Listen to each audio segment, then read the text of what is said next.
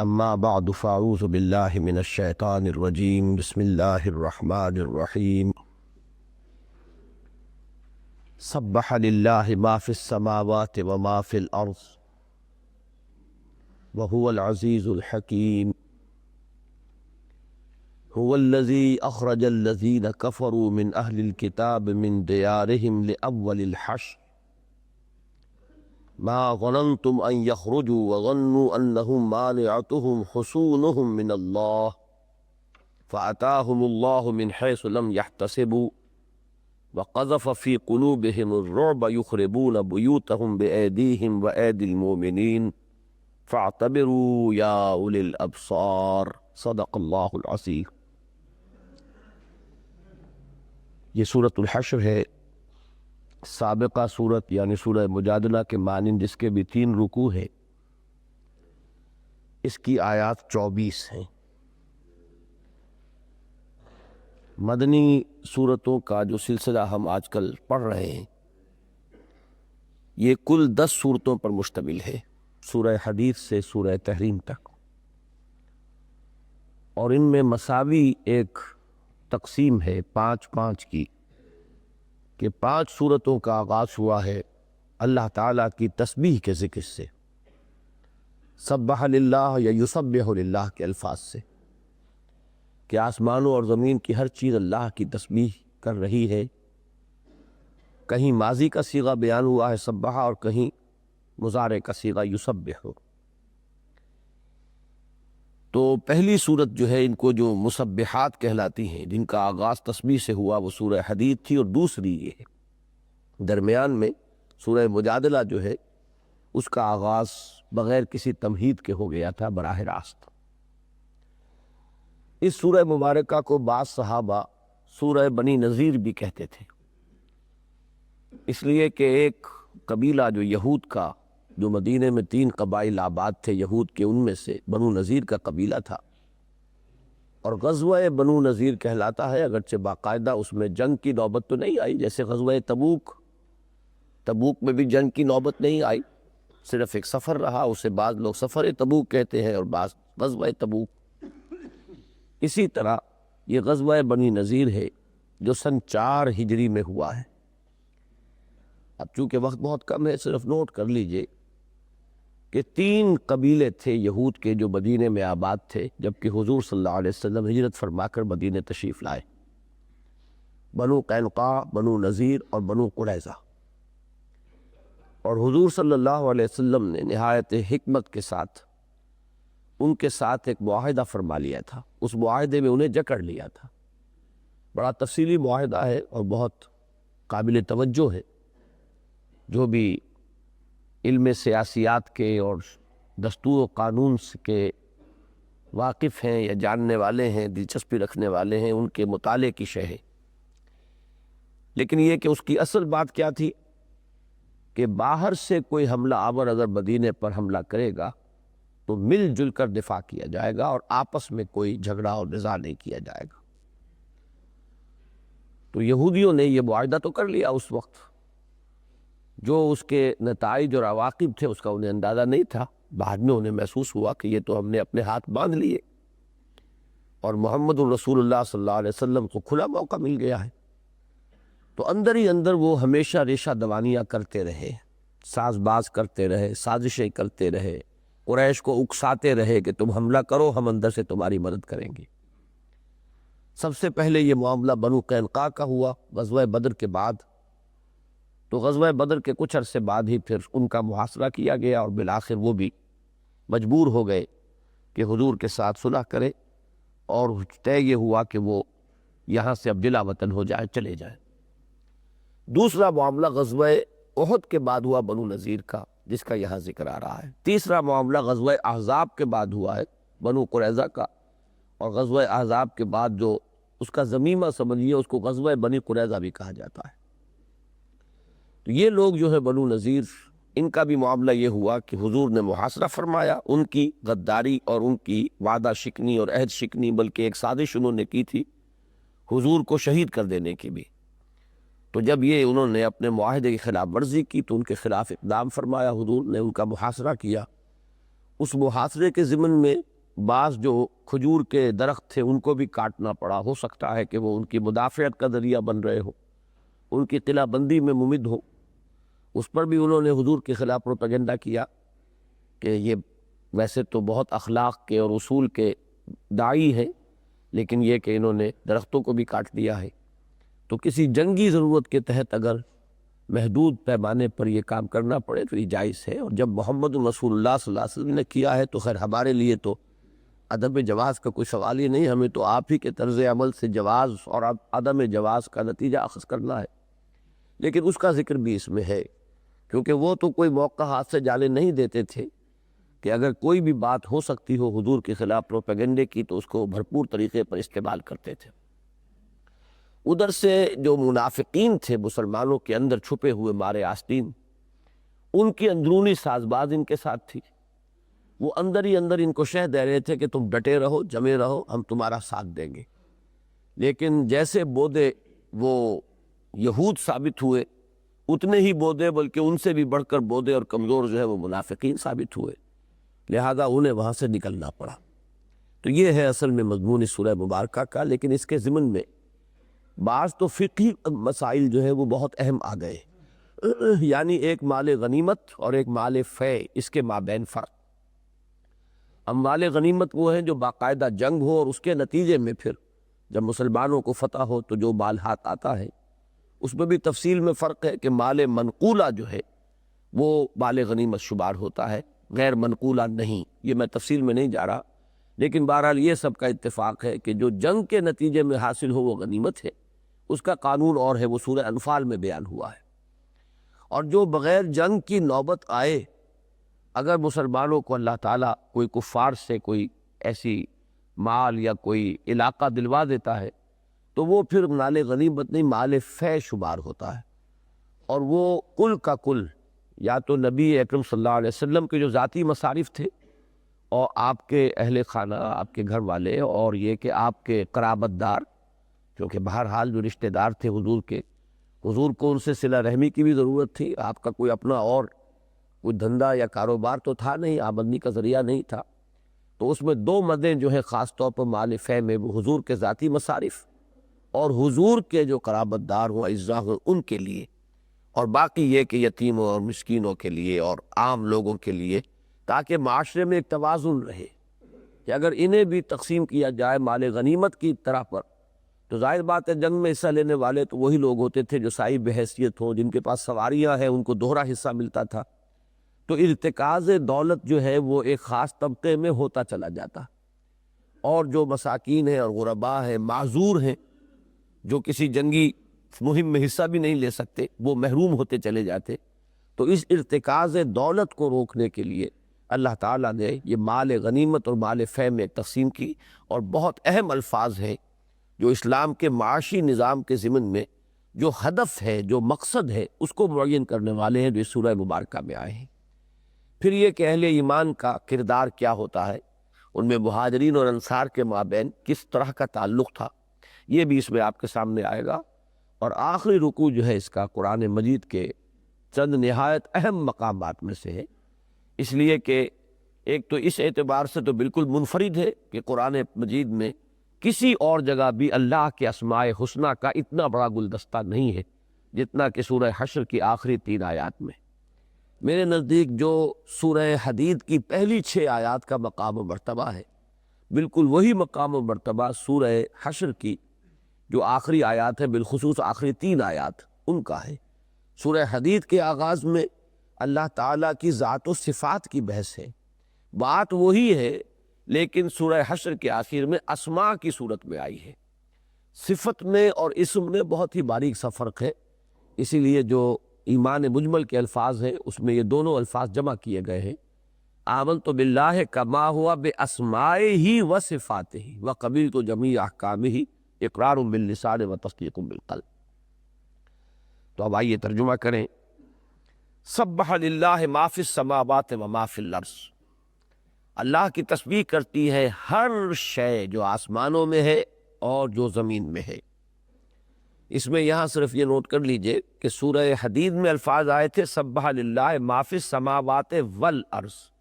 یہاں پھر اضافہ کیا وما فی الارض، اس میں ذرا تاکید اور بڑھ جاتی ہے، اس ما کی تکرار سے اور زور ہے،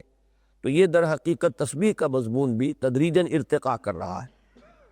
وَهُوَ الْعَزِيزُ الْحَكِيمُ، اور وہ زبردست ہے، کمال حکمت والا۔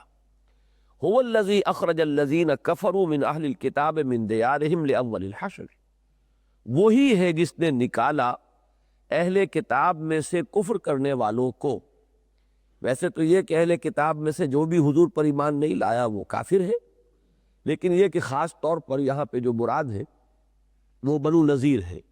اور ہو سکتا ہے کہ ان کا یہاں پر جو خاص طور پہ ذکر لفظ کفر آیا ہے، کفران نعمت، اور انہوں نے جو اپنے وعدے اور عہد کی خلاف ورزی کی، اس کی طرف بھی خصوصی اشارہ ہو۔ ان کو نکالا من دیارہم، ان کے گھروں سے، لأول الحشر، پہلے حشر کے موقع پر۔ اس میں دو رائے موجود ہیں۔ اول الحشر، حشر کے معنی ہوتے ہیں جمع کرنا، منتشر لوگوں کو ہانک کر کہیں لے آنا، اسی لیے یوم الحشر ہے، وہ حشر کا میدان ہے جس میں کہ تمام نوع انسانی جمع ہوگی، وہ حشر ہے۔ اور یہاں اس کے دو معنی لیے گئے ہیں، ایک تو یہ کہ یہ پہلی مرتبہ یہاں سے جمع کر کے نکالے گئے مدینہ منورہ سے، پھر حضرت عمر کے زمانے میں، عہد خلافت میں، یہ جزیرہ نماء عرب سے ان کو نکالا دے دیا گیا، پھر یہ کہ میدان حشر میں جمع ہونا ہے۔ تو یہ سلسلہ ہے حشر کا ایک ان کے لیے، جن میں سے پہلا موقع یہ تھا۔ اور ایک معنی یہ کیے گئے ہیں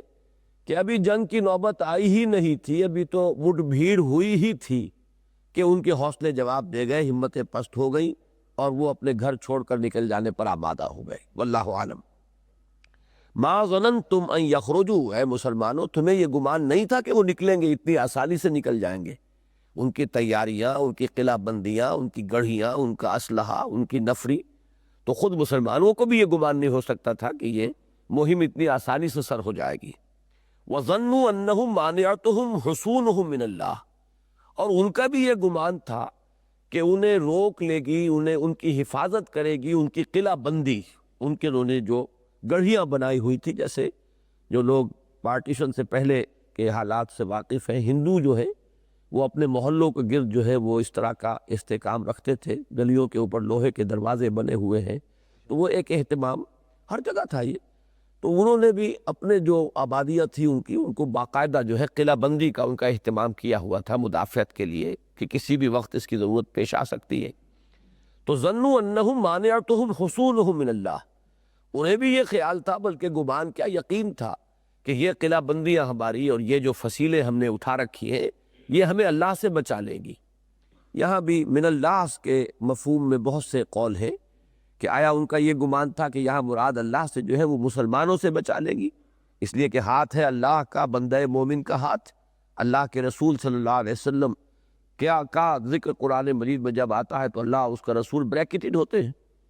اور ایک یہ بھی ہے کہ ان کی یہ جسارتیں بھی رہی ہیں، ان کی تاریخی روایات میں ایسا بھی ہے کہ جانتے بوجھتے بھی شاید وہ سمجھتے ہوں کہ ہم اللہ کا مقابلہ کر سکتے ہیں، اس لیے کہ ان کے ہاں تو یہ روایت بھی ہے کہ حضرت یعقوب علیہ السلام نے باقاعدہ کشتی کی اللہ سے اور اللہ کو پچھاڑ لیا، اور اللہ نے بڑی مشکل سے ان سے اجازت طلب کی کہ اچھا ٹھیک ہے، ہار تو میں گیا، مجھے جانے دو۔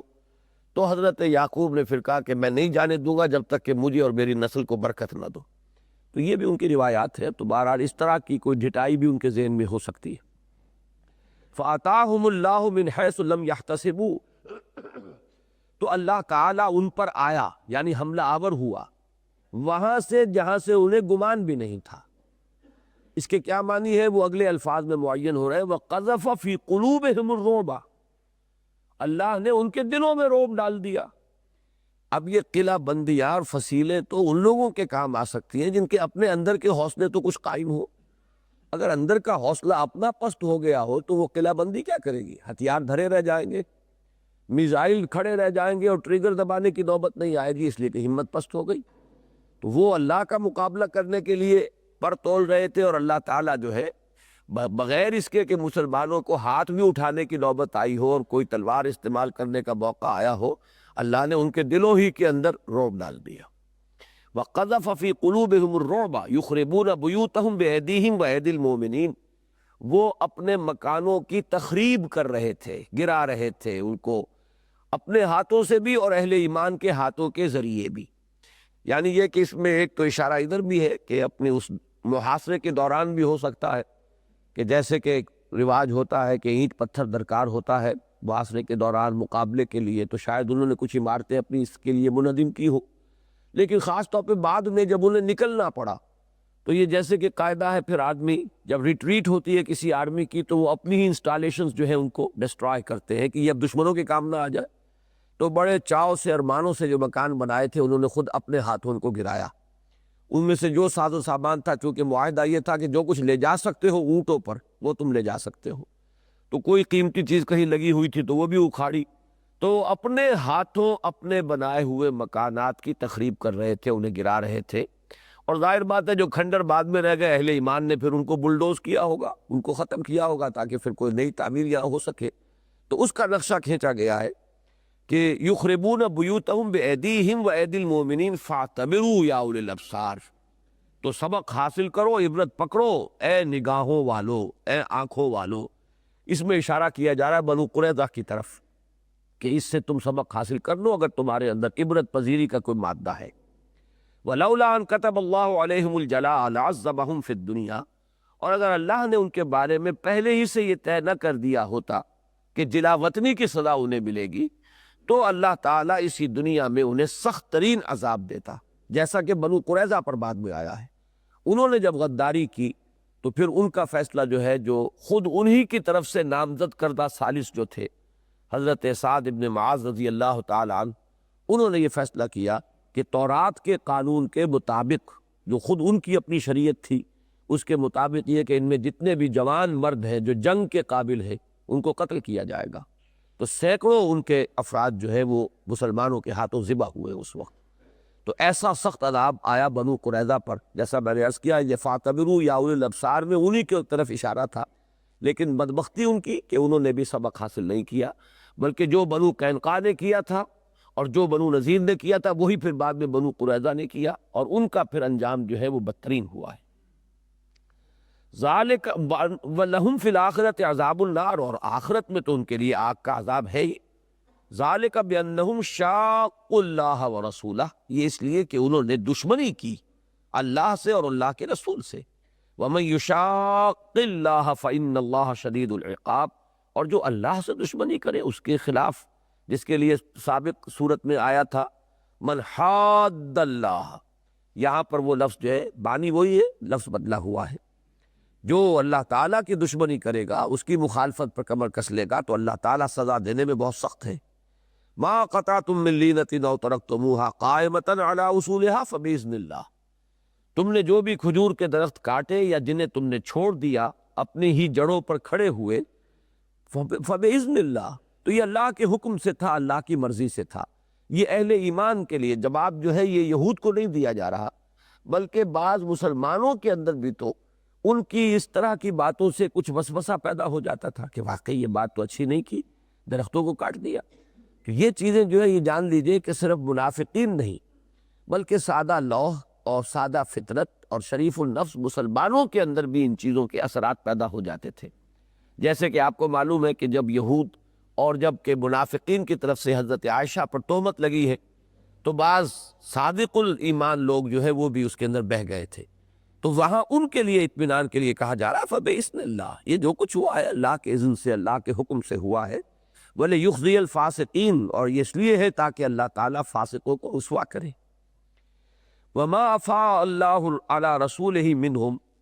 فَمَا أَوْجَفْتُمْ عَلَيْهِ مِنْ خَيْلٍ وَلَا رِكَابٍ، اور جو کچھ مال فے کا اللہ نے دیا اپنے رسول کو ان میں سے، یہ مال فے ہے جو بغیر جنگ کی نوبت آئے مسلمانوں کو جو کچھ ملا ہے، ان کے جو کچھ وہ چھوڑ کر گئے وہاں مال و اسباب۔ فرمایا فما اوجفتم، تو اے مسلمانوں تم نے تو ان پر نہ گھوڑے دوڑائے نہ اونٹ، مطلب یہ کہ جو لشکر کشی کا ایک منظر ہوتا تھا وہاں، یا اونٹ پر سوار ہو کر اور یا گھوڑوں پر سوار ہو کر، تو اس کی نفی کی گئی کہ تو یہ نوبت تو آئی نہیں۔ ما اوجفتم علیہ من خیل ولا رکاب ولکن اللہ یسلط رسلہ علی من یشاء، بلکہ یہ تو اللہ تعالیٰ کی قدرت خصوصی سے ہوا ہے کہ وہ اپنے رسولوں کو مسلط کر دیتا ہے جن پر چاہتا ہے۔ یہ اللہ نے روب ڈالا کہ ان میں مقابلے کی ہمت ہی نہ رہی، تمہیں تو لڑنا پڑا نہیں، اس لیے تمہارا حق نہیں ہے، یہ مال غنیمت کی طرح تمہارے اندر تقسیم نہیں ہوگا۔ واللہ علی کل شیء قدیر، اور اللہ تعالیٰ ہر چیز پر قادر ہے۔ ما افاء اللہ علی رسولہ من اہل القریٰ فللہ وللرسول ولذی القربى والیتامى والمساکین وابن السبیل، جو بھی اللہ تعالیٰ اپنے رسول کی طرف لوٹا دے پھیر لائے مال بسکیوں والوں میں سے، تو وہ حق ہے اللہ کا اور اس کے رسول کا اور قرابت داروں کا۔ قرابت دار سے مراد یہاں رسول کے قرابت دار ہے، کہ ظاہر بات ہے کہ حضور کی ایک حیثیت تھی، ایک مقام اور مرتبہ تھا۔ اب حضور جو ہے یوں سمجھیے کہ صدر مملکت تھے اور آپ سربراہ تھے اس حکومت کے، تو اس کے لیے کچھ نہ کچھ آپ کے لیے اخراجات کا، نہ صرف یہ کہ اپنے گھر والوں کے لیے، اس میں تو حضور نے انتہائی فقر کا معاملہ رکھا ہے، لیکن یہ کہ اپنے رشتہ داروں کے، عزیزوں کے ساتھ کچھ صلہ رحمی، ان کے ساتھ معاملات جو ہے رکھنے کے لیے، تو یہ چیز اللہ نے سب سے پہلے حضور صلی اللہ علیہ وسلم کے جو اس نوعیت کے اخراجات تھے ان کے لیے مقدم ترین حق جو ہے وہ رکھا ہے۔ باقی وَلِذِي الْقُرْبَى وَالْيَتَامَى وَالْمَسَاكِينِ وَابْنِ السَّبِيلِ، یتیموں، مسکینوں، مسافروں کے لیے ہے۔ یہ گویا کہ وہ جو پسماندہ طبقات ہیں، محتاج ہیں مسلمانوں کے اندر، یہ ان کا حصہ بن گیا۔ کہ لا یکون دولۃ بین الاغنیاء منکم، تاکہ نہ ہو جائے وہ تمہارے امیروں ہی کے مابین گردش میں۔ یہ الفاظ بہت اہم ہے کہ یہ سرمایہ کے بارے میں کوئی ایسی پالیسی ہونی چاہیے، یہ بیسک یعنی پرنسپلز آف پالیسی میں شامل ہوگا کہ ایسا نہ ہو کہ ارتکاز دولت ہو جائے، ایک طبقے کے اندر سرمایہ جمع ہوتا چلا جائے اور انہی کے مابین گردش کرتا رہے، بلکہ اس کی سرکولیشن ہونی چاہیے بڑے پیمانے پر پورے معاشرے کے اندر۔ جو بھی کچھ اللہ نے پیدا کیا ہے، اس کی جو بھی مادی برکات ہے، وہ پہنچے پورے معاشرے کے اندر، حصہ رسدی سب کو اس میں سے پہنچ جائے۔ تو یہ گویا کہ بڑا ایک پالیسی، ایک ڈائریکٹو ہے کہ یہ اصول جو ہے پیش نظر رکھنا ہے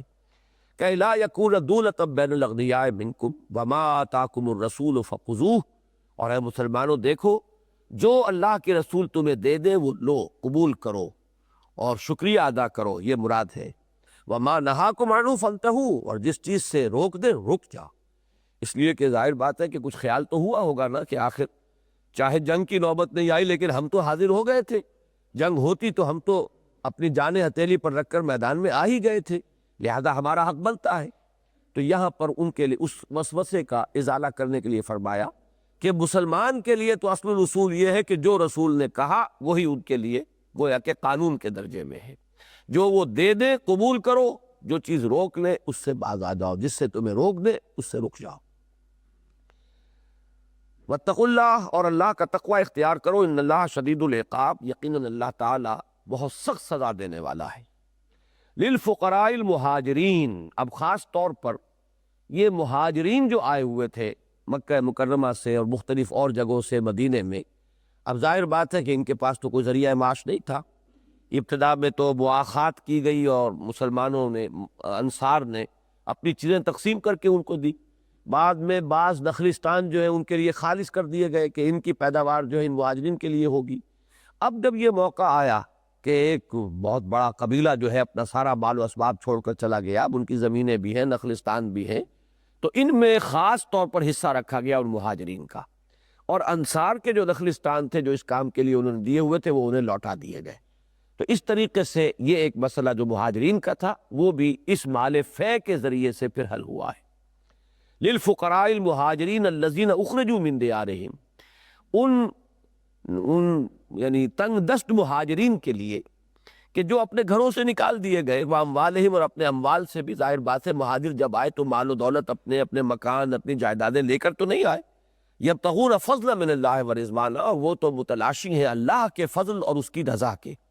وینصرون اللہ ورسولہ، اور وہ اللہ اور اس کے رسول کی مدد کے لیے اپنے گھر بار چھوڑ کر نکل آئے ہیں، ان کے پیش نظر کوئی اور مقصد نہیں ہے۔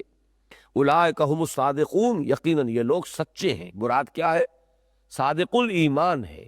ان کا جذبہ صادق ہے، یہ راست باز ہے۔ والذین تبوؤا الدار والایمان،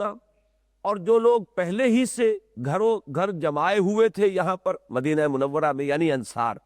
والایمان، اور جو ایمان پر بھی راسخ تھے۔ ویسے تو یہ کہ اہل جو مدینہ ہے ان میں جو لوگ ایمان لائے بظاہر ان میں منافق بھی تھے، ان میں ضعیف الایمان لوگ بھی تھے، لیکن یہاں خاص طور پر والذین تبوؤا الدار والایمان، یہاں خاص طور پر جو ہے ان کو مخصوص کر دیا گیا ان انصار کے لیے کہ جن کے دل میں حقیقی ایمان موجود تھا۔ یہ نہیں کہ یثرب کا رہنے والا جو شخص بھی کلمہ طیبہ پڑھ رہا ہے وہ گویا کہ اس آیت کا مصداق ہو گیا، اس لیے کہ کلمہ طیبہ اور کلمہ شہادت تو منافقین بھی ادا کر رہے تھے۔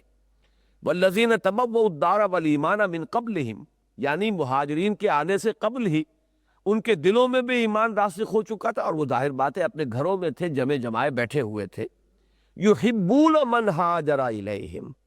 وہ محبت کرتے ہیں ان سے کہ جو ہجرت کر کے ان کے پاس آئے ہیں، یعنی یہ نہیں سمجھتے کہ یہ ہماری معیشت کے اوپر بار بن گئے اور بوجھ بن گئے اور ہمارے لیے مصیبت ہو گئی اور ہمارے اوپر بڑا معاشی بوجھ ان کی وجہ سے آ پڑا، بلکہ یحبون من ہاجر الیہم، وہ تو محبت کرتے ہیں ان سے کہ جو ہجرت کر کے ان کی طرف آئے۔ ولا یجدون فی صدورہم حاجۃ مما اوتوا، اور جو کچھ ان کو دیا جاتا ہے یعنی مہاجرین کو، اس پر وہ اپنے دلوں میں کوئی تنگی محسوس نہیں کرتے، یعنی یہ نہیں کہ خامخواہ یہ آ گئے ان کو یہ دے دیا گیا، حالانکہ یہ اگر نہ ہوتے تو یہ سارا مال و اسباب جو ہے وہ ہم ہی کو ملتا، یہ ان کی کیفیت نہیں ہے، بلکہ ان کے صدق ایمان کا یہ مظہر ہے، ظہور ہوا اس طرح کہ وہ تو ان سے محبت کرتے ہیں، اور جو کچھ انہیں دے دیا گیا اس پر ان کے دل میں کوئی میل نہیں آیا اور کوئی ان کے دل میں تنگی پیدا نہیں ہوئی۔ وَيُؤْثِرُونَ عَلَىٰ أَنفُسِهِمْ وَلَوْ كَانَ بِهِمْ خَصَاصَةٌ، اور ان کا تو معاملہ یہ وہ صفت ہے کہ جو اہل ایمان میں ہونی چاہیے، جیسے کہ پچھلی صورت میں ہم پڑھ چکے ہیں کہ اہل ایمان کی محبت جو ہے وہ کس نوعیت کی ہونی چاہیے، ان کی محبتوں کے معیارات کیا بن جانے چاہیے۔ تو اسی طرح یہ کردار یُؤْثِرُونَ عَلَىٰ أَنفُسِهِمْ وَلَوْ كَانَ بِهِمْ خَصَاصَةٌ، وہ تو ترجیح دیتے ہیں اپنے اوپر اپنے ان بھائیوں کو، دوسرے جو ایمان والے ہیں ان کو، خواہ خود ان کو تنگی ہو اور احتیاج ہو۔ وَمَن يُوقَ شُحَّ نَفْسِهِ فَأُولَٰئِكَ هُمُ الْمُفْلِحُونَ، اور جو اپنے جی کی تنگی سے اور بخل سے بچا لیا گیا تو جان لو کہ حقیقت میں فلاح تو انہی کا حصہ بنے گی، وہی کامیاب ہوں گے۔ والذین جاؤوا من بعدہم یقولون ربنا اغفر لنا ولإخواننا الذین سبقونا بالایمان، اب یہ بعد والوں کے لیے ایک آئیڈیل جو رویہ ان کا ہونا چاہیے، ایک تو وہ ہوتا ہے کہ انسان جو ہے اپنے اسلاف سے بدظن ہو اور اسلاف کو گالیاں دے اور ان پر تنقیدیں کرے، اس کے برعکس جو ایک مومن کا طرز عمل ہونا چاہیے اسلاف کے بارے میں، وہ اس آیت میں بیان ہوا۔ والذین جاؤوا من بعدہم، اور وہ لوگ جو ان کے بعد آئے، یقولون ربنا اغفر لنا ولإخواننا الذین سبقونا بالایمان، تو وہ تو یہ کہتے ہیں پروردگار ہمیں بھی بخش دے اور ہمارے ان بھائیوں کو بھی کہ جو ہم سے پہلے ایمان میں سبقت کر گئے، ایمان کے ساتھ، یا یہ کہ جو یا تو وہ ایمان کے ساتھ اس دنیا سے رخصت ہو گئے، یا جنہوں نے ایمان میں ہم پر سبقت کی، سبقونا بالایمان۔ ولا تجعل فی قلوبنا غلا للذین آمنوا، اور پروردگار ہمارے دلوں میں ان لوگوں کے لیے جو ایمان لائے ہو کوئی میل اور کوئی کدورت نہ آنے دے۔ ولا تجعل فی قلوبنا غلا للذین آمنوا ربنا انک رؤوف الرحیم، اے رب ہمارے یقیناً تو بہت ہی شفقت فرمانے والا اور رحم فرمانے والا ہے۔ اب دوسرے رکوع میں منافقین کا کردار آ رہا ہے۔ الم تر الی الذین نافقوا، کیا تم نے دیکھا نہیں ان لوگوں کو جنہوں نے نفاق کی روش اختیار کی ہے، جو منافق ہیں۔ یقولون لاخوانہم، وہ کہتے تھے اپنے بھائیوں سے، الذین کفروا، ان لوگوں میں سے، کفروا من اہل الکتاب، اپنے ان بھائیوں سے، یہ بھائی تو تھے ان کے کس اعتبار سے، ایک تو یہ کہ ان کے مابین حلیفی کا رشتہ بھی تھا، وہ اوس اور خزرج کے حلیف تھے، مختلف قبائل، کوئی اوس کا کوئی خزرج کا، لیکن یہ کہ باقی یہ کہ ہم مشرب بھی تھے، حضور کی اور مسلمانوں کی دشمنی جو ہے گویا کہ قدر مشترک تھی، تو لہذا ان کے بھائی ہو گئے وہ۔ یقولون لاخوانہم الذین کفروا من اہل الکتاب، اہل کتاب میں سے جن لوگوں نے کفر کیا، اپنے ان بھائیوں سے وہ کہتے تھے، لئن اخرجتم لنخرجن معکم، اگر تم نکالے جاؤ گے تو ہم بھی تمہارے ساتھ نکلیں گے، ڈٹے رہنا، مقابلے میں جمے رہنا، ہم تمہارے ساتھ ہیں۔ ولا نطیع فیکم احدا ابدا، اور ہم تم سے وعدہ کرتے ہیں کہ ہم تمہارے معاملے میں کسی کا حکم نہیں مانیں گے، گویا کہ یہ اعلان تھا کہ ہم محمد کا حکم بھی نہیں مانیں گے صلی اللہ علیہ وسلم، تمہارے بارے میں تم سے ہمارے تعلقات ہیں، تم سے ہمارے مراسم ہے، تم سے ہمارے دیرینہ جو ہے وہ معاہدے ہیں، لہذا ہم ان معاہدوں کا پاس کریں گے، سابقہ اور دیرینہ تعلقات کا لحاظ کریں گے، اور اس معاملے میں ہم چاہے ہم بظاہر ایمان لائے ہوئے ہیں اور ہم نے بظاہر محمد کی اطاعت قبول کی ہوئی ہے صلی اللہ علیہ وسلم، لیکن تم سے ہمارا پختہ وعدہ ہے کہ تمہارے معاملے میں ہم ان کا حکم نہیں مانیں گے۔ وَإِن قُوتِلْتُمْ لَنَنصُرَنَّكُمْ، اور اگر تم سے جنگ کی گئی تو ہم لازماً تمہاری مدد کریں گے۔ واللہ یشہد انہم لکاذبون، اور اللہ گواہی دیتا ہے کہ یہ جھوٹے ہیں۔ لئن اخرجوا لا یخرجون معہم، اگر یہ نکالے گئے یہودی تو یہ ہرگز ان کے ساتھ نہیں نکلیں گے، بیٹھے رہ جائیں گے۔ وَلَئِن قُوتِلُوا لَا يَنصُرُونَهُمْ، اور اگر ان سے جنگ ہوئی تو یہ ان کی مدد نہیں کریں گے۔ وَلَئِن نَصَرُوهُمْ، اور اگر انہوں نے مدد کرنے کی ہمت کر ہی لی، لَيُوَلُّنَّ الْأَدْبَارَ، تو یقیناً پیٹھ دکھا جائیں گے۔ ان میں بھی وہ جرأت اور ہمت نہیں ہے۔ جرأت ہمت ہوتی ہے مخلص انسان میں۔ ایک شخص کفر کے ساتھ بھی خلوص کے ساتھ اگر ہے، یعنی خلوص سے مراد کیا ہے؟ مغالطے میں ہے، وہ اسی کو حق سمجھے بیٹھا ہے، تب تو یہ ہے کہ اس کے اندر کوئی نہ کوئی ہمت اور جرأت ہوگی۔ کفار میں ہمت ہو سکتی ہے، منافقین میں ہمت نہیں ہو سکتی، اس لیے کہ وہ تو ہے ہی اپنے مفاد کے بندے، مال کی محبت، دنیا کی محبت، اسی کی وجہ سے وہ نہ ادھر ہے نہ ادھر ہے، مذبذبین بین ذالک۔ تو مقاومت ان میں کہاں سے آ جائے گی؟ مقابلے کا اور استقامت کا مادہ کہاں سے پیدا ہو جائے گا؟ تو فرمایا کہ اگر مدد کرنے کی ضرورت کر بھی لیں گے تو فوراً پیٹھ دکھا دیں گے، ثم لا ینصرون، پھر ان کی کسی طرف سے ینصرون، پھر ان کی کسی طرف سے مدد نہیں ہوگی۔ لَأَنْتُمْ أَشَدُّ رَهْبَةً، اب یہاں مسلمانوں سے خطاب کر کے فرمایا ہے، مسلمانوں تم فی صدورہم من اللہ، تم زیادہ ان کو، تم سے انہیں زیادہ خوف لاحق ہے اللہ کے مقابلے میں، ان کے دلوں میں تمہارا ڈر زیادہ ہے بنسبت اللہ کے۔ اللہ کا ڈر تو اسی میں ہوگا جو اللہ پر ایمان رکھتا ہو، ایمان اس کا مخلصانہ ہو، تو تقویٰ اور خشیت اللہ کے لیے ہوگی، لیکن اس سے تو وہ محروم ہے۔ تو اب سارا خوف تو جو ہے وہ مادی چیزوں سے ہے، ظاہر کی چیزوں سے ہے، تو تمہارا خوف زیادہ ہے اللہ کے خوف کے مقابلے میں۔ ذالک بأنہم قوم لا یفقہون، اور یہ اس لیے ہے کہ وہ ایسے لوگ ہیں کہ جو تفقہ، جو حقیقی فہم ہے، اس سے محروم ہے۔ حقیقی فہم ہو تو ایمان ہوگا، ایمان ہو تو اللہ کا تقویٰ ہوگا۔ جب حقیقی فہم نہیں ہے، جیسے کل بھی میں نے عرض کیا تھا، آیت ایک بڑی پیاری ہے قرآن میں، یعلمون ظاہرا من الحیات الدنیا، یہ دنیا کی زندگی کو بھی جانتے، کہا اس کے بھی ظاہر کو جانتے۔ ایک ونیئر ہے اوپر، جو ایک یعنی پتلی سی ایک لگی ہوئی ہے اوپر، اس کو جانتے، دنیا کی زندگی کی بھی اصل حقیقت انہیں معلوم ہو۔ تو یہ صرف ظاہر بین لوگ ہیں، تو فرمایا ان کے پاس وہ فہم حقیقی نہیں ہے۔ لا یقاتلونکم جمیعا، یہ کبھی جنگ نہیں کر سکیں گے اے مسلمانوں تم سے اکٹھے ہو کر، جمع ہو کر، متحد ہو کر، الا فی قری محصنۃ، مگر بڑے قلعہ بند ہو کر، کہیں دیواروں کے پیچھے سے، او من ورائے جدر، فصیلوں کے پیچھے سے۔ جیسے کہ پرانے زمانے میں جب کوئی جھگڑے ہوتے تھے، لڑائیاں ہوتی تھی، تو عورتوں کا معاملہ یہ ہوتا تھا کہ چھتوں پر چڑھ کر دیواروں کے پیچھے سے وہ سنگ باری کرتی تھی، اور مرد میدان میں آتے تھے اور لڑتے تھے۔ لیکن ان کا معاملہ یہ کہ یہ گویا کہ کل کے کل انہی عورتوں کے حکم میں آ چکے ہیں کہ یہ پوری طرح اپنی حفاظت کر کے قلعوں کے اندر بیٹھ کر تو شاید کچھ تھوڑی دیر کوئی تیر مار لے، یا یہ ہے کہ فصیلوں کے پیچھے سے کوئی پتھراؤ کر لے، سنگ باری کر لے، خشت باری کر لے، اس کے سوا ان میں ہمت نہیں۔ دوسرے یہ کہ باسہم بینہم شدید، جب بنیاد ہی مفاد ہے تو مفاد تو ہمیشہ ٹکراتا ہے،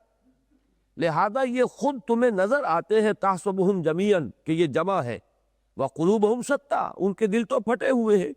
ان کے آپس میں جو جھگڑے ہیں وہ بہت شدید ہیں،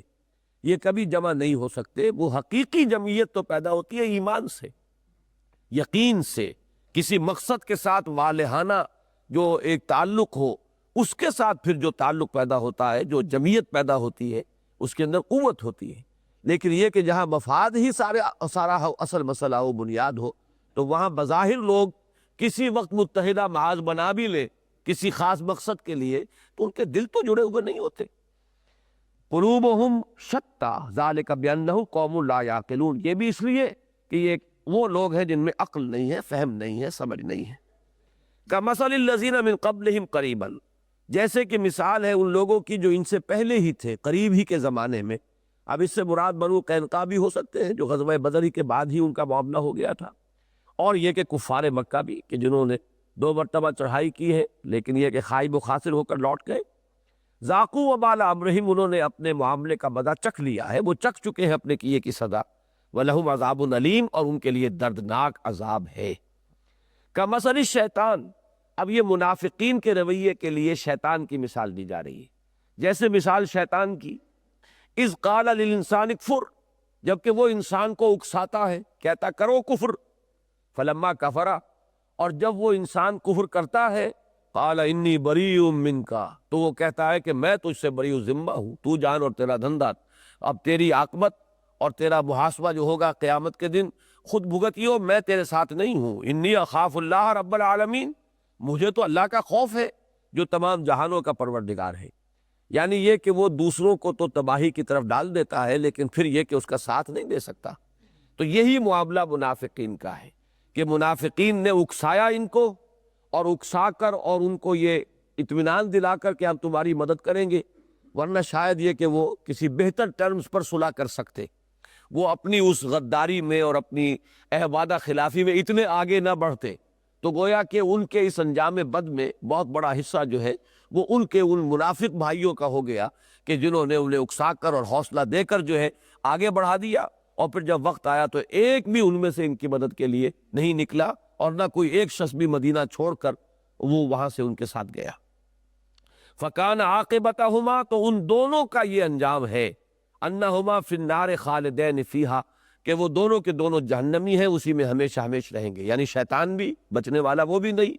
اور شیطان کی اکساہٹ پر جو غلط رستے پر چل پڑا، انجام دونوں کا ایک ہوگا۔ کان عاقبتہما،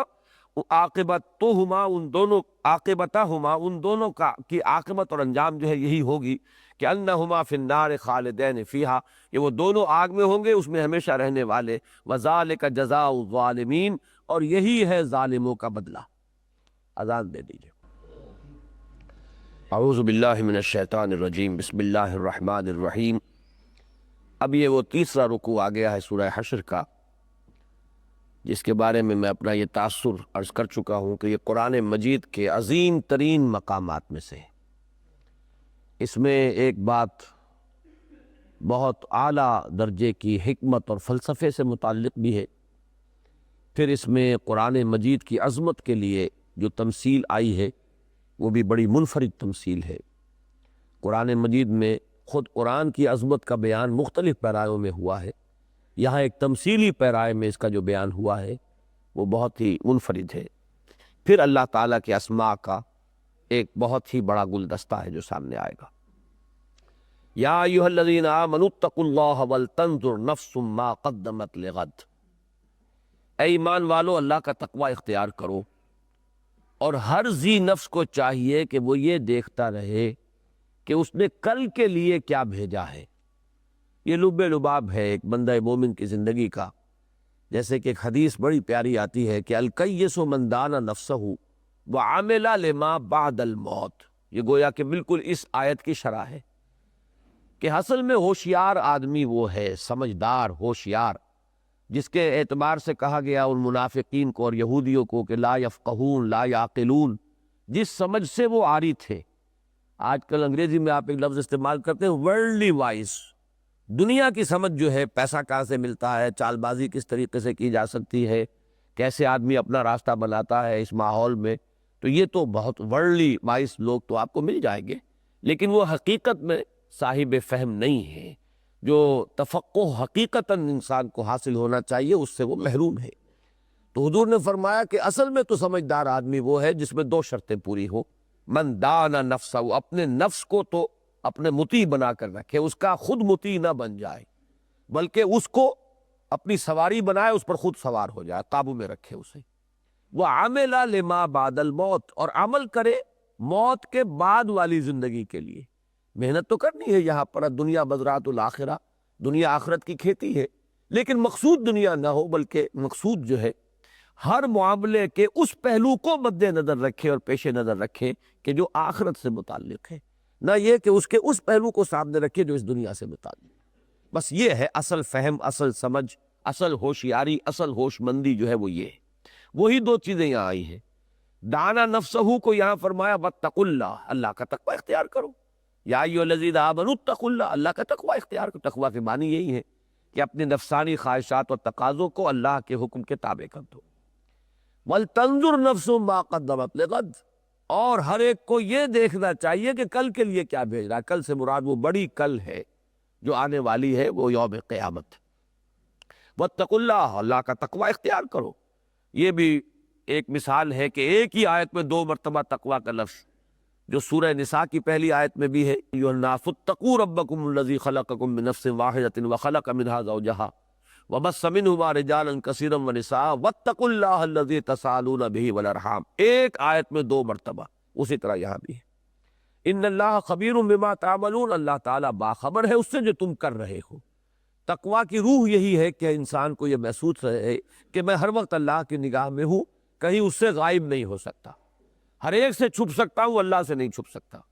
ہر نگاہ جو ہے اس سے بچ سکتا ہوں، اللہ کی نگاہوں سے میں کہیں بچ کر جا نہیں سکتا۔ وَلَا تَكُونُوا كَالَّذِينَ نَسُوا اللَّهَ فَأَنسَاهُمْ أَنفُسَهُمْ أُولَٰئِكَ هُمُ الْفَاسِقُونَ، اور ان لوگوں کے مانند نہ بن جانا جنہوں نے اللہ کو بھلا دیا تو اللہ نے انہیں اپنے آپ سے غافل کر دیا۔ اپنے آپ سے غافل کرنے کا مطلب کیا ہے؟ اپنی دنیا سے تو کوئی غافل ہوتا ہی نہیں، نہ جسم سے غافل ہوتا ہے، ذرا تکلیف ہوتی ہے فوراً آپ بے چین ہو جاتے، تو غافل انسان ہوتا ہے اپنی روح سے، اور غافل ہوتا ہے آخرت سے۔ تو یہاں پر در حقیقت انساہم انفسہم سے مراد کیا ہے؟ انسان کی اصل شخصیت، اس کی روح، وہ جو اس کے باطن میں ہے، اس سے انسان کی توجہ ہٹ جاتی ہے، وہ اپنے جسم کے تقاضوں کی طرف، اپنے جسم کی ضروریات کی طرف، اپنی دنیاوی حوائج کی طرف تو متوجہ ہے ہمہ تن، لیکن اس روح بیچاری کا اسے کوئی دھیان نہیں رہا کہ اس کو بھی کوئی غذا چاہیے، اسے بھی کوئی تقویت کا سامان چاہیے، وہ بھی بیمار ہو جاتی ہے تو کوئی علاج وغیرہ کا بندوبست ہونا چاہیے، اس کی طرف توجہ نہیں۔ اور یہ آیت اس اعتبار سے بھی نوٹ کر لیجئے کہ علامہ اقبال سے جب یہ پوچھا گیا تھا، سید نذیر نیازی کی روایت ہے، خود ان کے ساتھ یہ واقعہ پیش آیا کہ آپ کے فلسفہ خودی کا ماخذ کیا ہے، کہاں سے آپ نے یہ اخذ کیا ہے، تو انہوں نے یہ آیت معین کی ہے کہ میرا فلسفہ خودی قرآن مجید کی اس آیت سے ماخوذ ہے اور اس پر مبنی ہے۔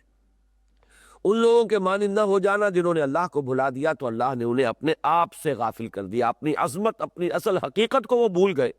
وہ حیوان انسان سے واقف ہے، وہ اصل انسان جو اندر اس کے چھپا ہوا ہے اس سے واقف نہیں۔ اولئک ھم الفاسقون، اب ظاہر بات ہے جو اپنی عظمت سے غافل ہو گیا، اپنی حقیقت کو بھول گیا، اپنے آپ کو حیوان سمجھ بیٹھا، تو وہ تو فاسق ہو ہی جائے گا۔ اب اس کے لیے تو بالکل اس کا منطقی نتیجہ یہ ہے کہ پھر اس کی باغ جو ہے اس کے نفس کے ہاتھ میں ہوگی، وہ نفس جدھر چاہے گا اس کو موڑ دے گا، بجائے اس کے کہ وہ نفس پر سوار ہو، نفس اس پر سوار ہو جائے گا۔ لا یستوی اصحاب النار و اصحاب الجنہ، برابر نہیں ہے جنت والے اور دوزخ والے،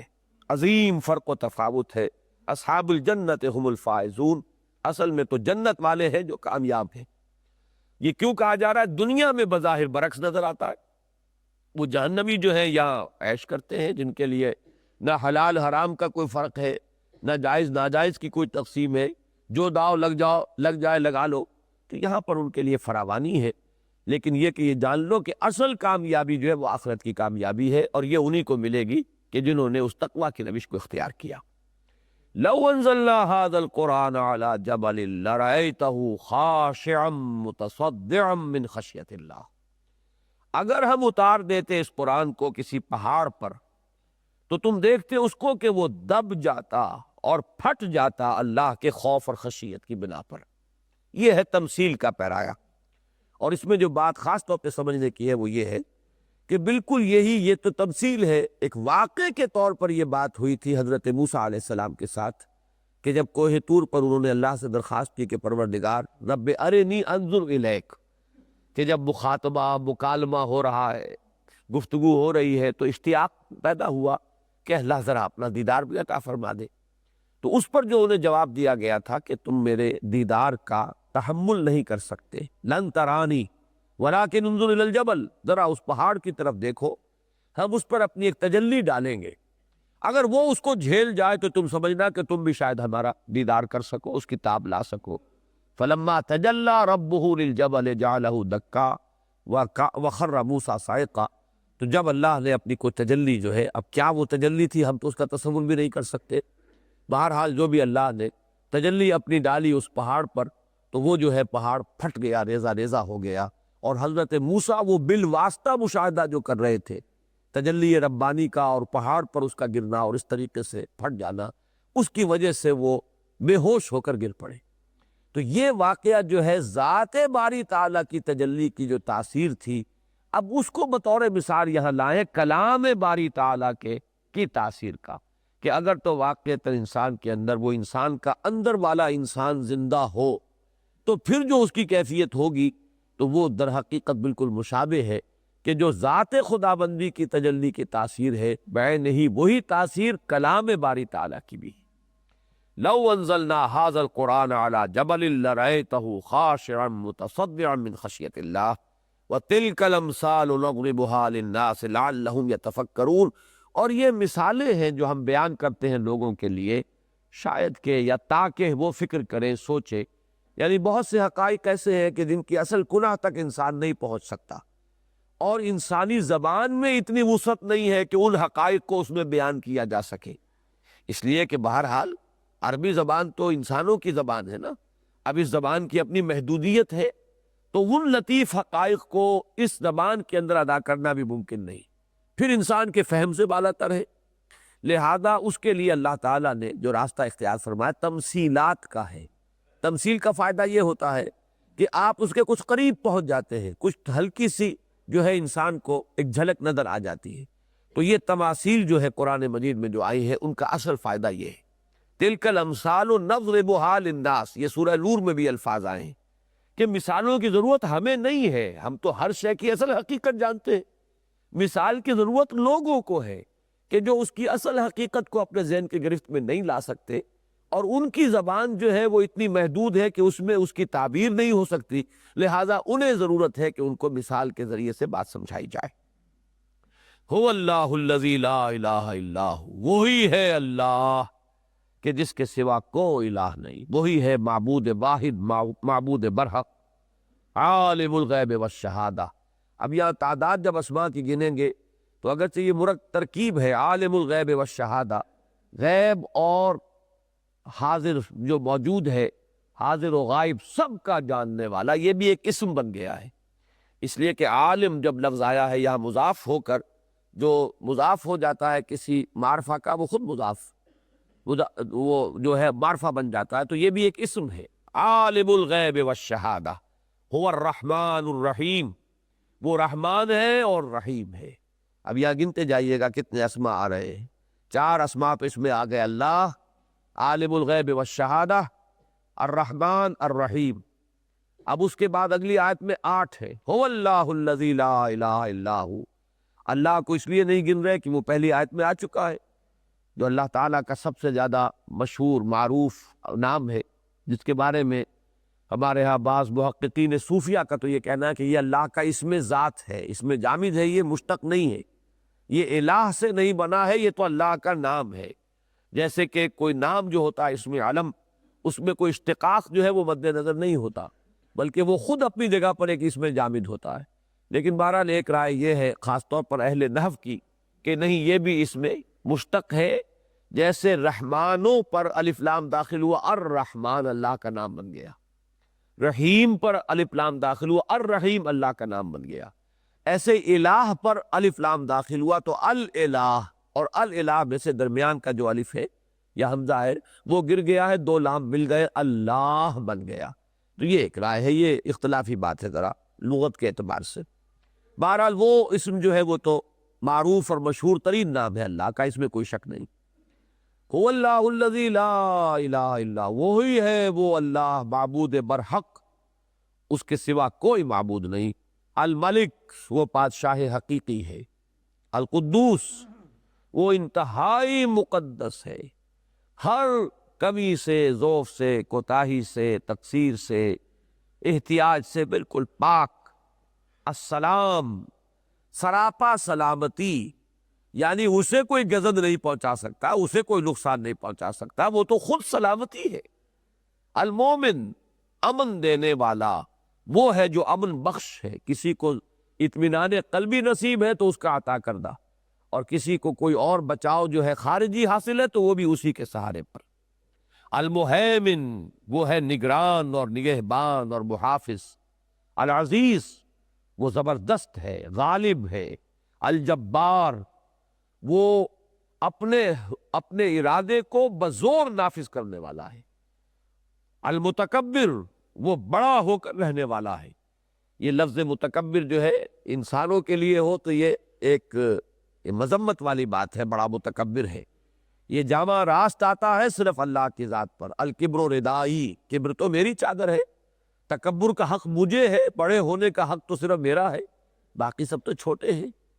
اللہ غنی ہے، باقی سب فقیر ہیں. انتم الفقراء، تم تو سب کے سب فقیر ہو، غنی تو اللہ ہے. تو اصل میں بڑائی کا مستحق اور اہل کون ہے؟ صرف اللہ ہے. تو جو کوئی تکبر کرتا ہے، حدیث قدسی میں الفاظ آتے ہیں، تو گویا کہ وہ مجھ سے وہ اعلان جنگ کر رہا ہے، اس نے میرے شانے کی چادر کو گھسیٹا ہے. یہ گویا کہ انتہائی توہین ہوتی تھی اس معاشرے میں. تو یہ فرمایا کہ تکبر کرتا ہے وہ گویا کہ میری چادر گھسیٹ رہا ہے، لیکن وہ خود المتکبر ہے. تو یہ 8 اسماء ہیں: الملک، القدوس، السلام، المومن، المہیمن، العزیز، الجبار، المتکبر. اور ایک خاص نقطہ یہ نوٹ کر لیجئے کہ یہاں کہیں بھی حرف عطف بیچ میں نہیں ہے، واو کہیں نہیں ہے. اس کی کیا وجہ ہے؟ کہ یہ تمام شانیں اللہ کی ذات میں بیک وقت موجود، یعنی واو سے تو فصل ہو جاتا ہے نا، اس مغایرت ہوتی ہے. حرف عطف جو ہے معطوف علیہ اور معطوف میں مغایرت کا سبب بنتا ہے. اللہ کی یہ تمام شانیں، تمام صفات بیک وقت اس کی ذات مبارکہ میں موجود ہیں. سبحان اللہ عما یشرکون، اللہ پاک ہے اس سے جو شرک یہ کر رہے ہیں. جس طرح کا بھی شرک اس کی ذات میں، صفات میں، اس کے حقوق میں، اس کے اختیارات میں، جس قسم کا شرک انہوں نے کیا ہے، اللہ پاک ہے اور بری ہے. هو اللہ الخالق البارئ المصور، وہی ہے اللہ، وہ الخالق بھی ہے، باری بھی ہے، مصور بھی ہے. ان 3 الفاظ کے بارے میں ایک تو یہ کہ خلق کے معنی عام طور پر تو آتے ہیں پیدا کرنا. پیدا کرنے میں کسی شے کے 2 مرحلے ہوتے ہیں. پہلے اس کا کوئی تصور ذہن میں بنتا ہے. بڑھئی نے میز بنانی ہے تو وہ میز کا پہلے نقشہ اس کے ذہن میں بنے گا، تب وہ نقشہ جو ہے خارج میں بناتا ہے. تو یہ جو 2 مرحلے ہیں، یہاں پہ عام طور پر یہ جو خلق کا لفظ ہے یہ مانا گیا ہے کہ یہ پہلے مرحلے کے لیے ہے. اللہ ہی ڈیزائنر ہے، اس کائنات کا پورا ڈیزائن اس نے بنایا، اس کا نقشہ اسی کا بنایا ہوا ہے، اسی کے وہ علم کے اندر یہ چیز پہلے سے موجود تھی. اب اس کو صرف ظاہر کرنے والی بات تھی. ایک حرف کن کا کہنے سے جو بھی اس کے ذہن میں تصور یا نقشہ موجود تھا اس کے علم ازلی میں، وہ ظاہر ہو گیا. برا کے معنی ظاہر ہوتا ہے. یہ لفظ آ چکا ہے سورہ حدید میں بھی کہ جو بھی مصیبتیں نازل ہوتی ہیں تم پر یا زمین میں، تو الا فی کتاب من قبل ان نبرأھا، وہ تو پہلے سے کتاب میں درج ہے، علم خداوندی میں تو پہلے سے موجود تھی. اب تو صرف ظاہر کر دینا ہی تھا نا ان کا. وہ کوئی اس طرح نہیں ہے کہ ان کا کہیں کوئی اندراج ہی نہیں تھا، کسی کے علم میں وہ تھی ہی نہیں، اچانک کوئی آ گئی. اچانک وہ تمہارے لیے ہے، حادثہ تمہارے اعتبار سے حادثہ ہے، ورنہ اس کائنات میں حادثہ تو کوئی شے ہوتی ہی نہیں. جو ہے وہ اللہ کے علم اور حکمت اور اللہ کے فیصلے اور اللہ کے اذن اور اس کے علم کامل اور علم ازلی میں پہلے سے موجود. تو اس اعتبار سے یہ آیت بھی بڑی فلسفیانہ آیت ہے کہ تخلیق کے عمل کو 3 مراحل میں یہاں تقسیم کر دیا گیا. الخالق ڈیزائنر، جس نے کہ اس کا ایک نقشہ بنایا. الباری، پھر اس کا ظاہر کرنے والا، وہ نقشہ خارج میں ظاہر ہو گیا، اس کا وجود جو ہے وہ مشہود ہو گیا. المصور، پھر اس کی نقشہ کشی. یہ یوں سمجھیے کہ جیسے آپ کو معلوم ہے کہ ایک تو اسٹرکچرل انجینئرز ہوتے ہیں، ایک آرکیٹیکٹس ہوتے ہیں. اب نقشہ جو بنایا اس کے اندر کتنا لوہا ڈالنا ہے، کیا کرنا ہے، کیا مواد استعمال کرنا ہے، اور ایک پھر یہ کہ اس کی کیا اوپر سے صورت کیا بنانی ہے، اس میں کیا فنیشنگ ٹچز دینے ہیں، آرکیٹیکچرل جو ہے اس میں کیا بیوٹی پیدا کرنی ہے. تو پھر اللہ نے اس کی تصویر بھی بنائی ہے، اس کی نقشہ کشی کی ہے، اس کے اندر جو بھی اللہ تعالیٰ نے چاہا ہے اس کے جو فنیشنگ ٹچز اس کو بھی ہے. تو یہ 3 مراحل ہے. ویسے یہ بعض جگہوں پر اور دوسرے الفاظ میں ان مراحل کا بیان آیا ہے. سبح اسم ربک الاعلی الذی خلق فسوی والذی قدر فہدی. تخلیق، تسویہ، تقدیر اور ہدایت، یہ 4 الفاظ میں آئے. یہاں جو ہے یہ 3 اسماء کے حوالے سے وہ بات آ رہی ہے. هو اللہ الخالق البارئ المصور، وہی ہے اللہ اس کائنات کا ڈیزائن تیار کرنے والا، پھر وہی ہے اسے ظاہر کرنے والا، پھر وہی ہے اس کی نقشہ کشی کرنے والا. لہ الاسماء الحسنی، یہ بہت جامع الفاظ ہیں کہ یہ اسماء تو تمہیں کچھ ہم نے بتا دیے، یہ اللہ تعالیٰ کے اسماء ہیں. ویسے کل اچھے نام اسی کے ہیں، تمام اچھے نام اسی کے ہیں. اس سے مراد تو یہ ہوگی کہ جس خیر و خوبی کا تم تصور کر سکتے ہو وہ اس کی ذات میں بتمام و کمال موجود ہے. البتہ تعین کے ساتھ اسماء حسنی ہم انہی کو شمار کرتے ہیں. اللہ کے نام جو قرآن میں آ چکے ہیں، جو حدیث میں آ گئے، باقی ہم کسی کو اللہ کا نام قرار نہیں دیں گے۔ البتہ یہ کہ جو خیر، جو خوبی، جو اچھی صفت ہے وہ اس کی ذات میں ہے اور بتمام و کمال ہے۔ اب دیکھیے وہ جو ایک میں نے دعا نقل کی ہے، حدیث کی مختلف کتابوں میں وارد ہوئی ہے، ان کو جمع کر کے میں نے جو مسلمانوں پر قرآن مجید کے حقوق والا پمفلٹ اس کے آخر میں درج کیا ہے، اس میں حضور نے اللہ کے ناموں کے واسطے سے اللہ سے درخواست کی، اسألوک بکل اسم ہوا لکا سمیت بہ نفسک او علمتہ احدا من خلقک او انزلتہ فی کتابک او استأثرت بہ فی مکنون الغیب عندک۔ اے اللہ، میں تجھ سے سوال کر رہا ہوں، درخواست کرتا ہوں تیرے ہر اس نام کے واسطے سے جو تیرا نام ہے، جو تو نے اپنے کسی بندے کو سکھایا، تلقین فرمایا، یا اپنی کسی کتاب میں نازل فرمایا،